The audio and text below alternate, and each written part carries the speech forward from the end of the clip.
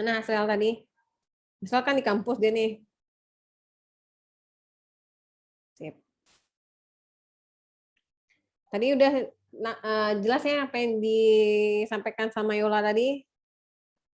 Perhitungannya adalah dikalikan dulu dengan dosis sesuai dengan berat badannya.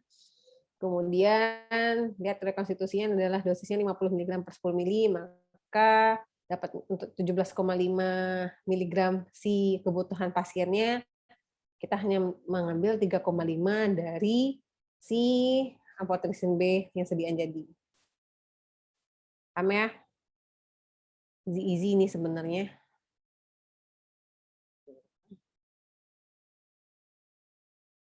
Bentar dulu.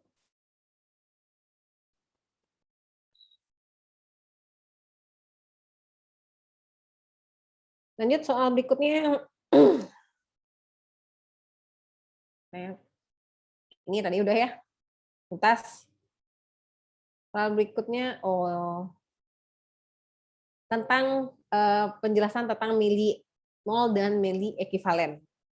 Milimol ini udah dipelajari ketika kalian SMA. Apa itu mol? Aisyah? Kan udah jelas ya, mol itu apa? Bagaimana kamu menghitung mol, Aisyah? Untuk menghitung mol, gram per mR-nya, Bu. Gram per mR-nya ya.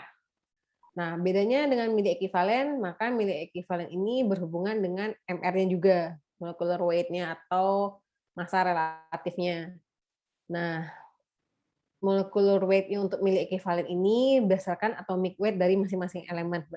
Jadi kalau misalnya kita ngitung mol itu suatu senyawa, maka kita gabungkan AR-nya, dapatlah MR-nya, gitu kan ya. Setiap atomnya kita hitung, maka itu kita gunakan untuk perhitungan si molecular weight.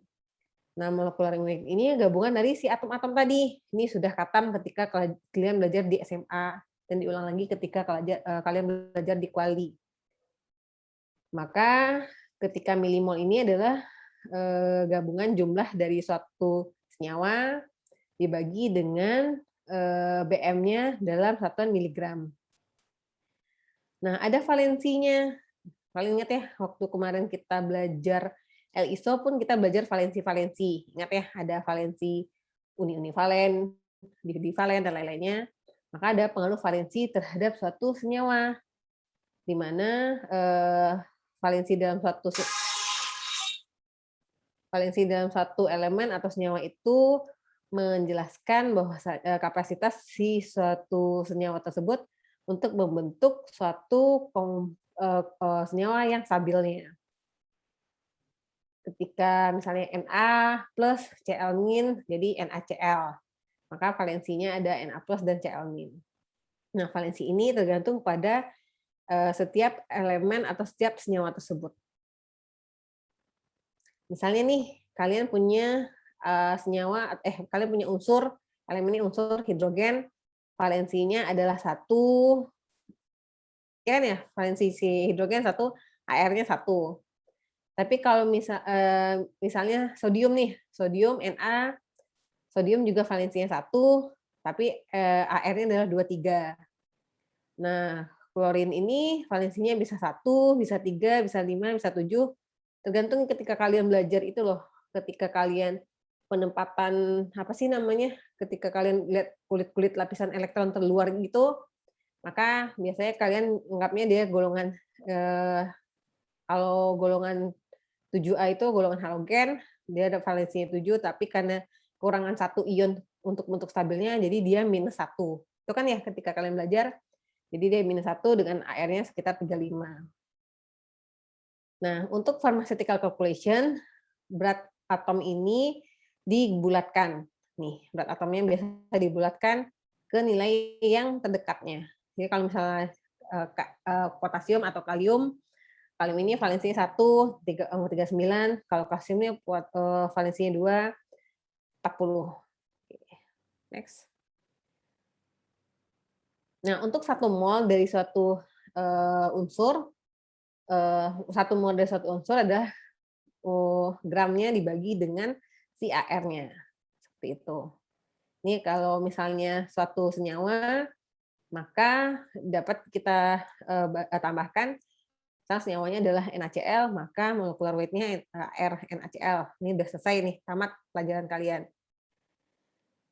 Nah, untuk 1 milimol satu senyawa ini equal terhadap molecular weight-nya dalam miligram. Misal 1 gram ini equal terhadap 1000, 1 mol equal terhadap 1000 milimol. Nah, bagaimana sih untuk sampaikan target kita kan dari milimol ini ke mili ekivalen nih. Nah, ekivalen ini, ingat ya, ekivalen ini, 1 ekivalen itu equal dari 1 mol dibagi dengan valensinya. Jadi, di sanalah pengaruh si valensi tersebut. Nah, equivalent weight ini sama dengan molecular weight yang diekspresikan dalam miligram dibagi valensinya. Jadi 1 mili ekivalen atau 1 MQ ekivalen adalah 1 milimol dibagi dengan ekivalensinya. Oleh karena itu 1 ekivalen itu equal terhadap 1000 mili ekivalen, ini sama nih. 1 ekivalen terhadap 1000 mili ekivalen dan atau 1 gram terhadap 1 gram ekivalennya. Nah, kita menentukan mili ekivalen dari suatu senyawa ini tujuannya untuk mengidentifikasi formula dari suatu senyawa, untuk memisahkan formula dari atom-atomnya, kita pisahkan atom-atomnya, dan untuk menentukan molecular weight atau BM dari suatu senyawa. Maka mili mg sama dengan molecular weight dibagi dengan valensinya. Ya, ingat dulu rumusnya seperti ini. Kemudian ada pengaruh elektrolit, mili ekivalen atau disebut dengan milimol, biasa juga digunakan untuk menghitung elektrolit dalam pembuluh darah untuk kita persiapan si IV admixture. Contohnya kita harus menyiapkan 44 mili ekivalen NaCl terhadap seorang pasien. Nah, sodium chloride yang tersedia ini adalah 4 mili ekivalen per mililiter. Nah, pertanyaannya berapa mililiternya kah harus kita tambahkan dalam cairan? Jadi kalau misalnya kita pencampuran intravena itu tidak hanya dosis miligram per kilogram berat badan saja, tetapi kalau misalnya kita sediaan kondisi gawat darurat itu, dokter itu bisa meresepkan tergantung kebutuhan ion si pasiennya. Oleh karena itu maka kita harus belajar tentang milimol, mili ekivalen, dan si elektrolitnya. Nah, ini soalnya contoh perhitungannya seperti ini. Kita harus menyiapkan suatu NaCl yang mengandung 44 mili ekivalen, di mana NaCl yang tersedia ini baru 4 mili ekivalen per mililiter. Ditanya berapa mililiter kah harus kita tambahkan dalam bag-nya. Ini yang masih yang easy kayak yang tadi. Berapa mililiter kah?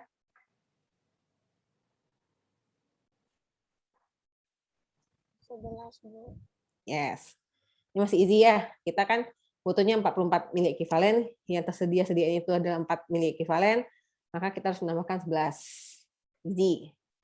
Lanjut, soal nomor berikutnya. Ini soal ini udah selesai ya? Sudah, Bu. Udah. Lanjut soal berikutnya.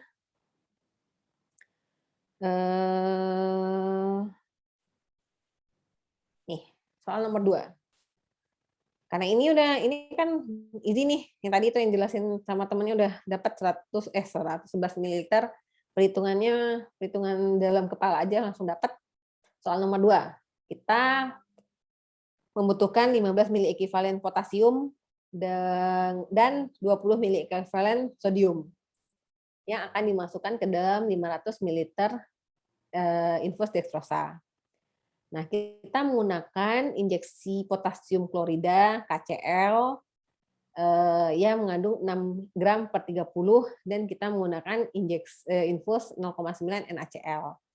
Pertanyaannya, berapakah masing-masing dari si infus KCl dan NaCl yang harus kita tambahkan sehingga kita bisa mendapatkan 15 mili ekivalen potasium dan 20 mili ekivalen sodium.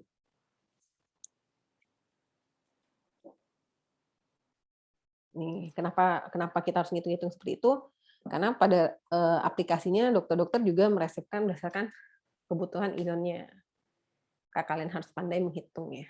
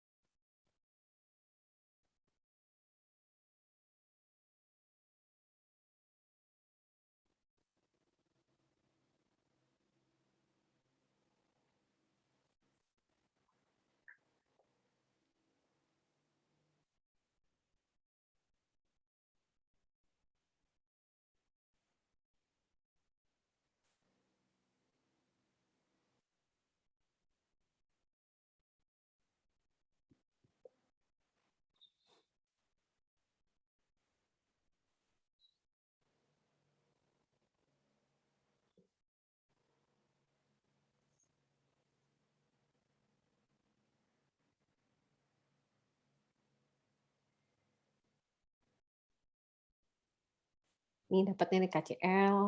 Untuk dapatkan ion K ini kalian harus dapat dari KCl. Dan untuk dapat ion Na ini kalau kalian dapat dari NaCl. Nah, ini dosisnya masing-masing. Nah, berapakah dari mililiter masing-masing ini harus kalian ambil untuk mendapatkan 15 mili ekivalen dan 20 mili ekivalen.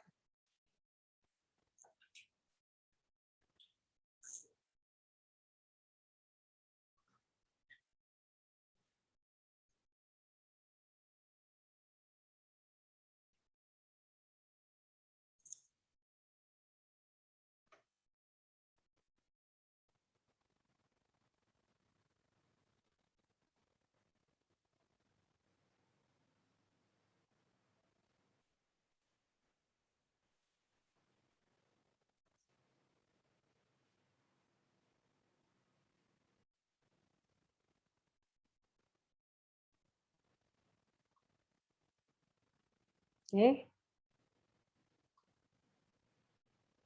Udah ada yang dapat?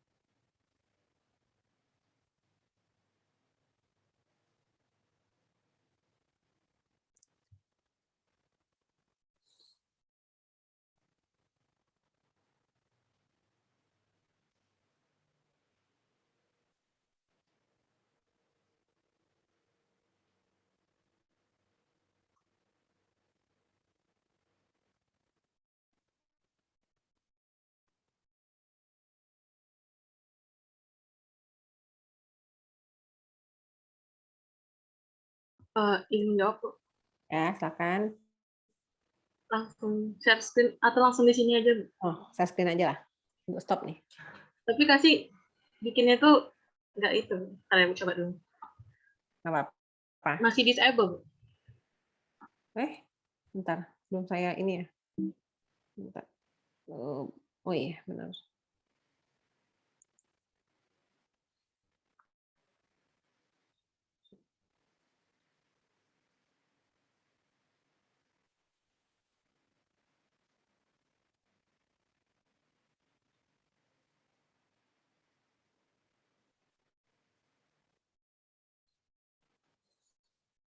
Udah bisa lihat Bu? Masih started screen sharing ya. Dah. Udah Bu.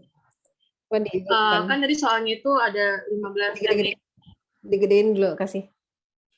Oh, gimana ini ya, Beh? Tuh, ya. Ya. Udah. Nah, oke, diturunin. Coba scroll down. Nah, sip. Jadi Ya, coba jelasin ya, Bu. teman-teman. Jadi yang pertama itu kan tadi ada 15 mEq potasium. Potasium itu kan Indonesianya itu K plus kalium. Nah, kita tahu sendiri K itu kan dia ekivalennya itu 1 kan, jadi yang tabel tadi. Jadi K itu mewakili untuk senyawa KCl, karena dalam infus itu biasanya garamnya.